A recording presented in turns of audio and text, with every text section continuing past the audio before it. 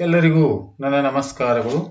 ಅಕ್ಷರ ಆವಿಷ್ಕಾರ 2024-25ನೇ ಸಾಲಿಗಾಗಿ ಕಲಿಕಾಸರೆ ವಿಷಯ ಗಣಿತ. ಈ ಒಂದು 9ನೇ ತರಗತಿ ವಿದ್ಯಾರ್ಥಿಗಳ ಸಾಮರ್ಥ್ಯಾಭಿವೃದ್ಧಿಗಾಗಿ ಅಭ್ಯಾಸ ಪುಸ್ತಕ. ಇದರಲ್ಲಿ ವಿಭಾಗ 4ರಲ್ಲಿ ಬರುವಂತಹ ಒಂದು ಕಿರು ಪರೀಕ್ಷೆ 4 ಅಂದ್ರೆ ಕೊನೆಯ ಪರೀಕ್ಷೆ. ಇದು ಒಟ್ಟು 4 ಕಿರು ಪರೀಕ್ಷೆಗಳನ್ನು ಕೊಟ್ಟಿದ್ದಾರೆ. ಒಟ್ಟು ವಿಭಾಗಗಳನ್ನ 4 ವಿಭಾಗಗಳನ್ನ ಮಾಡಿರ್ತಾರೆ.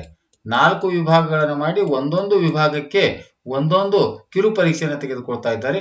ಈಗಾಗಲೇ ನಾನು ವಿಭಾಗ 1, ವಿಭಾಗ 2, ವಿಭಾಗ 3ಕ್ಕೆ ಸಂಬಂಧಪಟ್ಟಿರುವಂತಹ ಸಂಪೂರ್ಣ ಪರಿಹಾರದ ಜೊತೆಗೆ ಕಿರು ಪರೀಕ್ಷೆಯ ಉತ್ತರಗಳ ವಿಡಿಯೋಗಳನ್ನು ಕೂಡ ಮಾಡಿದ್ದೇನೆ. ಇದು ವಿಭಾಗ 4ರ ಕಿರು ಪರೀಕ್ಷೆಯ ಒಂದು ಉತ್ತರವನ್ನು ನೋಡೋಣ. ತರಗತಿ 9 ವಿಷಯ ಗಣಿತ, ಅಂಕಗಳು 20, ಸಮಯ 40 ನಿಮಿಷ. ಇಲ್ಲಿ ಪ್ರಶ್ನೆ 1 ಇದೆ. ಸೂಕ್ತವಾದ ಉತ್ತರವನ್ನು ಆರಿಸಿ ಬರೆಯಿರಿ. ಅಸಮಬಾಹು ತ್ರಿಭುಜದ ಬಾಹುಗಳು ಕ್ರಮವಾಗಿ ABC ಆದರೆ ಅದರ ಅರ್ಧ ಸುತ್ತಳತೆ ಅಥವಾ ಎಸ್ ಅನ್ನ ಕಂಡುಹಿಡಿಯುವ ಸೂತ್ರ. ಅದು S = A + B + C / 2 ಅನ್ನುವಂತ ಸೂತ್ರ ಇದೆ. ತ್ರಿಜ್ಯ R ಇರುವ ವೃತ್ತದ ವಿಸ್ತೀರ್ಣ πr² ಅನ್ನುವಂಥದ್ದು. ಮೂರನೇದು, ದತ್ತಾಂಶಗಳನ್ನು ನಕ್ಷೆಯಲ್ಲಿ ಪ್ರತಿನಿಧಿಸುವ ವಿಧಾನಗಳು ಯಾವುದು? ಸ್ತಂಭ ಲೇಖಗಳು, ಹಿಸ್ಟೋಗ್ರಾಮ್ಗಳು, ಆವೃತ ಬಹುಭುಜಾಕೃತಿ. ಅಂದ್ರೆ ಇಲ್ಲಿ ಎಲ್ಲ ಉತ್ತರಗಳು ಸರಿಯಾದಂತ ಉತ್ತರ. ಮೇಲಿನ ಎಲ್ಲವೂ ಸರಿಯಾದಂತ ಉತ್ತರ. ಇನ್ನಪ್ಪ ಎರಡನೇ ಪ್ರಶ್ನೆಗೆ ಪ್ರಮುಖ ಎರಡನೇ ಪ್ರಶ್ನೆಗೆ ಈ ಕೆಳಗಿನ ಪ್ರಶ್ನೆಗಳಿಗೆ ಉತ್ತರಿಸಿರಿ. 1 ಅಂಕದ 2 ಪ್ರಶ್ನೆಗಳು, ಒಟ್ಟು 2 ಅಂಕಗಳು. 4ನೇ ಪ್ರಶ್ನೆ, ಶಂಕುವಿನ ಪಾರ್ಶ್ವ ಮೇಲ್ಮೈ ವಿಸ್ತೀರ್ಣ ಕಂಡುಹಿಡಿಯುವ ಸೂತ್ರ. ಇದು ಏನಿದೆ ಅಂದ್ರೆ πrl ಅನ್ನುವಂತ ಸೂತ್ರ ಇದೆ. ನೆಕ್ಸ್ಟ್ 5ನೇ ಪ್ರಶ್ನೆಗೆ ಉತ್ತರವನ್ನ ಬರೆಯೋಣ. ಈ 5ನೇ ಪ್ರಶ್ನೆಯ ಉತ್ತರ ಏನಿದೆ ಅಂದ್ರೆ ತ್ರಿಭುಜದ ಪಾದ B ಮತ್ತು ಎತ್ತರ h ಹೊಂದಿರುವ ತ್ರಿಭುಜದ ವಿಸ್ತೀರ್ಣ ಕಂಡುಹಿಡಿಯುವ ಸೂತ್ರ. ತ್ರಿಭುಜದ ವಿಸ್ತೀರ್ಣ = 1/2 ಪಾದ ಇಂಟು ಎತ್ತರ ಅಂತಿದೆ, = 1/2 ಇಂಟು B ಇಂಟು h ಅಂತ ಬರೀಬೇಕು. ಇದು ನೆಕ್ಸ್ಟ್ ಮುಂದಿನ ಪುಟದಲ್ಲಿ ಇದರ ಸಂಪೂರ್ಣ ಪರಿಹಾರದ ಉತ್ತರಗಳನ್ನು ಕೂಡ ಬರೆದಿದ್ದೇನೆ ಮತ್ತು ಇದರ PDF ಲಿಂಕ್ ಅನ್ನು ಕೂಡ ನಾನು ವಿಡಿಯೋದ ಡಿಸ್ಕ್ರಿಪ್ಷನ್ ಬಾಕ್ಸ್ ನಲ್ಲಿ ಇದರ ಉತ್ತರದ ವಿಡಿಯೋದ ಡಿಸ್ಕ್ರಿಪ್ಷನ್ ಬಾಕ್ಸ್ ನಲ್ಲಿ ಇದರ ಉತ್ತರದ PDF ಲಿಂಕ್ ಅನ್ನು ಕೂಡ ನಾನು ಇಲ್ಲಿ ಕೊಟ್ಟಿರ್ತೇನೆ. ಇನ್ನ 3ನೇ ಪ್ರಶ್ನೆಗೆ ಸಂಬಂಧಿಸಿದ ಈ ಕೆಳಗಿನ ಪ್ರಶ್ನೆಗಳಿಗೆ ಉತ್ತರಿಸಿರಿ. 2 ಅಂಕದ 4 ಪ್ರಶ್ನೆಗಳು, ಒಟ್ಟು 8 ಅಂಕಗಳು ಅನ್ನುವಂಥದ್ದು. ಇಲ್ಲೆಲ್ಲ 1ನೇ ಪ್ರಶ್ನೆ, 2ನೇ, 3ನೇ ಪ್ರಶ್ನೆ ಈ ರೀತಿ ಎಲ್ಲ ಉತ್ತರಗಳಿವೆ. ಈಗ 6ನೇ ಪ್ರಶ್ನೆ, ಬಾಹುವಿನ ಉದ್ದ A = 6, B = 7, C = 9 ಸೆಂಟಿಮೀಟರ್ ಆದರೆ ಆ ತ್ರಿಭುಜದ ವಿಸ್ತೀರ್ಣ ಕೇಳಿದರೆ ಅರ್ಧ ಸುತ್ತಳತೆ S = A + B + C / 2 = 6, 7, 9 ಅಂದ್ರೆ ಟೋಟಲ್ 22 / 2 ಅಂದ್ರೆ ಎಷ್ಟದು? 11 ಸೆಂಟಿಮೀಟರ್ ಅನ್ನುವಂಥದ್ದು. ತ್ರಿಭುಜದ ವಿಸ್ತೀರ್ಣ ಕಂಡುಹಿಡಿಯುವ ಸೂತ್ರ √S × S - A, S - B, S - C. ABCಗಳು ಆ ತ್ರಿಭುಜದ ಬಾಹುಗಳು, S ಅರ್ಧ ಸುತ್ತಳತೆ. ಬೆಲೆಗಳನ್ನು ಆದೇಶಿಸಲಾಗಿದೆ. 440 ಅನ್ನ ಬಂತು. 4 × 110, 4ರ ವರ್ಗಮೂಲ 2, ಅದು ಏನಿದೆ ರೂಟ್ ನಲ್ಲಿ 110 ಸೆಂಟಿಮೀಟರ್ ಸ್ಕ್ವೇರ್ ಅನ್ನುವಂಥದ್ದು. ಇದು 6ನೇ ಪ್ರಶ್ನೆಗೆ ಉತ್ತರ. ನೆಕ್ಸ್ಟ್ ಈಗ 7ನೇ ಪ್ರಶ್ನೆ ನೋಡೋಣ. 7ನೇ ಪ್ರಶ್ನೆ ಇದೆ. ಒಂದು ಶಂಕುವಿನ ತ್ರಿಜ್ಯ 5 ಸೆಂಟಿಮೀಟರ್ ಮತ್ತು ಓರೆ ಎತ್ತರ 7 ಸೆಂಟಿಮೀಟರ್ ಆದರೆ ಶಂಕುವಿನ ಪಾರ್ಶ್ವ ಮೇಲ್ಮೈ ವಿಸ್ತೀರ್ಣ ಕಂಡುಹಿಡಿಯಿರಿ ಅಂತ ಪ್ರಶ್ನೆ ಇದೆ. 7ನೇ ಪ್ರಶ್ನೆ, ಶಂಕುವಿನ ತ್ರಿಜ್ಯ 5 ಸೆಂಟಿಮೀಟರ್, ಓರೆ ಎತ್ತರ 7 ಸೆಂಟಿಮೀಟರ್ ಅಂದರೆ ಶಂಕುವಿನ ಪಾರ್ಶ್ವ ಮೇಲ್ಮೈ ವಿಸ್ತೀರ್ಣ ಕೇಳಿದರೆ ಶಂಕುವಿನ ಪಾರ್ಶ್ವ ಮೇಲ್ಮೈ ವಿಸ್ತೀರ್ಣ ಸೂತ್ರ πr ಇದೆ. πrl, π ಅಂದ್ರೆ 22/7, r ಅಂದ್ರೆ ತ್ರಿಜ್ಯ 5, ಓರೆ ಎತ್ತರ l. 7 7 ಕ್ಯಾನ್ಸಲ್ ಐತಿ, 22 ಇಲ್ಲಿ 110 ಸೆಂಟಿಮೀಟರ್ ಸ್ಕ್ವೇರ್ ಅನ್ನುವಂತ ಉತ್ತರ. ಈಗ 8ನೇ ಪ್ರಶ್ನೆ, ಒಂದು ಗೋಳದ ತ್ರಿಜ್ಯ 14 ಸೆಂಟಿಮೀಟರ್ ಆದರೆ ಅದರ ಮೇಲ್ಮೈ ವಿಸ್ತೀರ್ಣವನ್ನ ಕಂಡುಹಿಡಿಯಿರಿ. ಗೋಳದ ಮೇಲ್ಮೈ ವಿಸ್ತೀರ್ಣ ಕಂಡುಹಿಡಿಯುವ ಸೂತ್ರ 4πr² ಇದೆ. ಯಾಕಂದ್ರೆ ಮೇಲ್ಪಾರ್ಶ್ವ ಮತ್ತು ಪೂರ್ಣ ಇಲ್ಲೆಲ್ಲ ಒಂದೇ ಇದೆ ಅಂತಕ್ಕಂಥದ್ದು. r = 14 ಸೆಂಟಿಮೀಟರ್ ಗೋಳದ ಮೇಲ್ಮೈ ವಿಸ್ತೀರ್ಣ ಈಗಾಗಲೇ ಹೇಳಿರುವಂತೆ 4πr². 4π ಅಂದ್ರೆ 22/7, r ಅಂದ್ರೆ ತ್ರಿಜ್ಯ 14 ಅನ್ನು 2 ಬಾರಿ ಬರೆಯಲಾಗಿದೆ. 7 1 7 2 14 4 22 88, 88 × 14 × 2 ಅನ್ನು ಮಾಡಿದಾಗ 2464 ಸೆಂಟಿಮೀಟರ್ ಸ್ಕ್ವೇರ್ ಅನ್ನುವಂತಹ ಉತ್ತರ 8ನೇ ಪ್ರಶ್ನೆಗೆ.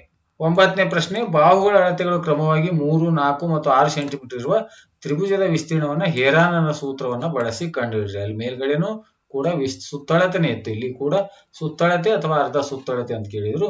ಹಾಗಾಗಿ ಅಲ್ಲಿ ಹೇರಾನನ ಸೂತ್ರ ಅಂತ ಹೇಳಿದ್ರು, ಅಲ್ಲಿ ಕೂಡ ಅದು ಸುತ್ತಳತೆ ಇರಲಿ ಅಥವಾ ಅರ್ಧ ಸುತ್ತಳತೆ. ಸುತ್ತಳತೆ ಅಂದ್ರೆ ಏನ್ ಮಾಡ್ಬೇಕು? ಸುತ್ತಲೂ ಇರ್ತಕ್ಕಂಥ 6 + 7 + 9. ಇಲ್ಲಿ ಭವಿಷ್ಯ ಇದು ಹೇರಾನನ ಸೂತ್ರ ಸಲುವಾಗಿ ಸುತ್ತಳತೆ ಅಂತಕ್ಕಂಥದ್ದು ಅದು ಓರೆ ಗುಣಾಕಾರ ಮಾಡ್ಕೋಬೇಕಾಗಿರುತ್ತೆ. S = A + B + 2 ಅಂತಕ್ಕಂಥದ್ದು, B + C / 2 ಅಂತಕ್ಕಂಥದ್ದು. ಈ ರೀತಿ ಮಾಡಿ ಅದನ್ನ ಕೂಡಿಸಿದಾಗ 22/2 ಆಗುತ್ತಲ್ಲ, ಅದು 22/2 ಅಂತಕ್ಕಂಥದ್ದು ಇಲ್ಲಿ 7 6 13 9 22 ಅಂದ್ರೆ ಇದು ಟೋಟಲ್ 11 ಆಗುತ್ತೆ.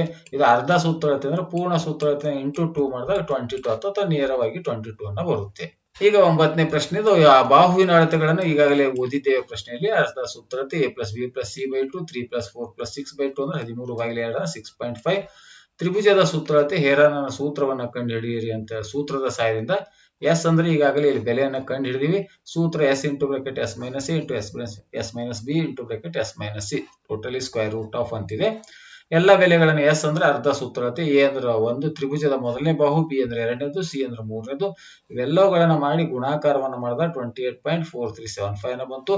ಅದರ ವರ್ಗಮೂಲ 5.33 ಸೆಂಟಿಮೀಟರ್ ಸ್ಕ್ವೇರ್ ಅನ್ನುವಂತ ಉತ್ತರ. ಈಗ 10ನೇ ಪ್ರಶ್ನೆ. ಪ್ರಮುಖವಾಗಿ 4ನೇ ಪ್ರಶ್ನೆಯಲ್ಲಿ 3 ಅಂಕದ ಒಂದು ಪ್ರಶ್ನೆ, ಒಟ್ಟು 3 ಅಂಕಗಳು. 10ನೇ ಪ್ರಶ್ನೆ. ಒಂದು ಅರ್ಧಗೋಳದ ತ್ರಿಜ್ಯ 28 ಸೆಂಟಿಮೀಟರ್ ಆದರೆ ಪಾರ್ಶ್ವ ಮೇಲ್ಮೈ ವಿಸ್ತೀರ್ಣ, ಪೂರ್ಣ ಮೇಲ್ಮೈ ವಿಸ್ತೀರ್ಣ ಮತ್ತು ಘನಫಲ 3 ಕಂಡುಹಿಡಿಯಲಿಕ್ಕೆ ಪ್ರಶ್ನೆಯನ್ನು ಕೇಳಿದ್ದಾರೆ. ಈಗ ಅರ್ಧಗೋಳದ ಪಾರ್ಶ್ವ ಮೇಲ್ಮೈ ವಿಸ್ತೀರ್ಣ 2πr² ಇದೆ. 2 ಇಂಟು ಪೈ ಅಂದ್ರೆ 22/7, r ಅಂದ್ರೆ 28, 2 ಸಲ ಬರೆಯಲಾಗಿದೆ, ಸ್ಕ್ವೇರ್ ಇದೆ. 7 4 28 ಅಂದ್ರೆ 2 ಇಂಟು 22 ಇಂಟು 28 ಇಂಟು 4 ಅನ್ನು ಗುಣಾಕಾರ ಮಾಡಿದ್ರೆ 4928 ಪಾರ್ಶ್ವ ಮೇಲ್ಮೈ. ಇನ್ನು ಅರ್ಧಗೋಳದ ಪೂರ್ಣ ಮೇಲ್ಮೈ ಅಂದ್ರೆ 3πr² ಬರುತ್ತೆ. ಇಲ್ಲಿ 3π ಬೆಲೆ, r ಬೆಲೆ 7392 ಸೆಂಟಿಮೀಟರ್ ಸ್ಕ್ವೇರ್. ಇನ್ನು ಅರ್ಧಗೋಳದ ಘನಫಲ ಅಂದ್ರೆ 2/3πr³ ಇದೆ. 2/3π ಅಂದ್ರೆ 22/7, r ಅಂದ್ರೆ ತ್ರಿಜ್ಯ 28 ಅನ್ನ 3 ಸರಿ ಬರೆಯಲಾಗಿದೆ. ಕ್ಯೂಬ್ ಇರೋದ್ರಿಂದ ಕ್ಯಾನ್ಸಲ್ ಮಾಡಿದಾಗ ಇಲ್ಲಿ 1,37,984 ಭಾಗಿಲೆ 3 ಅಂದ್ರೆ 45,994.6 ಸೆಂಟಿಮೀಟರ್ ಕ್ಯೂಬ್ ಅನ್ನುವಂತಹ ಒಂದು ಉತ್ತರ ಅಂತಕ್ಕಂಥದ್ದು. ಇದು ಘನಫಲ ಇರೋದ್ರಿಂದ ಕ್ಯೂಬ್ ಅನ್ನ ಬಂದಿದೆ. ಈಗ 11ನೇ ಪ್ರಶ್ನೆ. 11ನೇದು, ಒಂದು ರಾಜ್ಯದ ವಿಧಾನಸಭಾ ಚುನಾವಣೆ ಮತದಾನದ ಫಲಿತಾಂಶದಲ್ಲಿ ವಿವಿಧ ರಾಜಕೀಯ ಪಕ್ಷಗಳು ಗೆದ್ದ ಸ್ಥಾನಗಳ ಸಂಖ್ಯೆಗಳನ್ನು ನೀಡಲಾಗಿದೆ. ಇದಕ್ಕೆ ಸ್ತಂಭ ಲೇಖವನ್ನ ರಚಿಸಿ ಅಂತ ಹೇಳಿದ್ದಾರೆ. ನೋಡಿ, ಇಲ್ಲಿ ಸ್ತಂಭ ಲೇಖ ವಿವಿಧ ರಾಜಕೀಯ ಪಕ್ಷಗಳನ್ನು ಈ ಕಡೆ ಕೊಡಲಾಗಿದೆ, ಗೆದ್ದ ಸ್ಥಾನಗಳನ್ನು ಈ ಕಡೆ ಇವೆ. 10 ಸ್ಥಾನ 20 30. ಮೊದಲನೇ ಎ ಅಂತಕ್ಕಂಥ ರಾಜಕೀಯ ಪಕ್ಷ ಎಷ್ಟು 75 ಸ್ಥಾನಗಳನ್ನು ಗೆದ್ದಿದೆ. ಡಿ ಅನ್ನುವಂತಹ ರಾಜಕೀಯ ಪಕ್ಷ 55, ಸಿ 37, ಡಿ 29, ಇ 10, ಎಫ್ 37 ಅನ್ನುವಂಥದ್ದು. ಇಲ್ಲಿ ಸ್ಕೇಲು ವಾಯ್ ಅಕ್ಷದಲ್ಲಿ 1 ಸೆಂಟಿಮೀಟರ್ಗೆ 10 ಸ್ಥಾನಗಳು ಗೆದ್ದಿರ್ತಕ್ಕಂಥ ತೆಗೆದುಕೊಳ್ಳಲಾಗಿದೆ. ಈ ಕಡೆ ಎಕ್ಸ್ ಅಕ್ಷದಲ್ಲಿ ಅಂದ್ರೆ 2 ಸೆಂಟಿಮೀಟರ್ಗೆ ಅಂದ್ರೆ ಇಲ್ಲಿ ಟೋಟಲ್ ಆಗಿ ಹಿಡಿದಾಗ 2 ಸೆಂಟಿಮೀಟರ್ ಅಥವಾ ಇದು ಒಂದೊಂದು ತೆಗೆದುಕೊಂಡ 1 ಸೆಂಟಿಮೀಟರ್. ಇಲ್ಲಿ ನಾವು ಆ ಒಂದು ಪಕ್ಷದ ಅಂದ್ರೆ ಗೆದ್ದ ರಾಜಕೀಯ ಪಕ್ಷಗಳನ್ನ ಎಕ್ಸ್ ಅಕ್ಷದಲ್ಲಿ ತೆಗೆದುಕೊಂಡು ಗೆದ್ದ ಸ್ಥಾನಗಳನ್ನ ವಾಯ್ ಅಕ್ಷಗಳಲ್ಲಿ ತೆಗೆದುಕೊಳ್ಳಲಾಗಿದೆ. ಆದ್ಮೇಲೆ ಈ ರೀತಿಯಾಗಿ ಈ ಒಂದು ಕಲಿಕಾಸರೆ ಪುಸ್ತಕ 9ನೇ ತರಗತಿಗೆ ಸಂಬಂಧಪಟ್ಟಿರುವಂತೆ ಸಂಪೂರ್ಣವಾದಂತಹ ವಿವರಣೆಯನ್ನು ನೀಡಿದ್ದೇನೆ. ಮತ್ತು ಈ ವಿಡಿಯೋ ಇಷ್ಟ ಆದರೆ ದಯವಿಟ್ಟು ಲೈಕ್ ಮಾಡಿ, ಶೇರ್ ಮಾಡಿ ಮತ್ತು ಸಬ್ಸ್ಕ್ರೈಬ್ ಮಾಡೋದನ್ನು ಮರೆಯಬೇಡಿ ಅಂತ ಹೇಳುತ್ತಾ ಈ ವಿಡಿಯೋ ನೋಡಿರೋ ತಮ್ಮೆಲ್ಲರಿಗೂ ನನ್ನ ನಮಸ್ಕಾರಗಳು.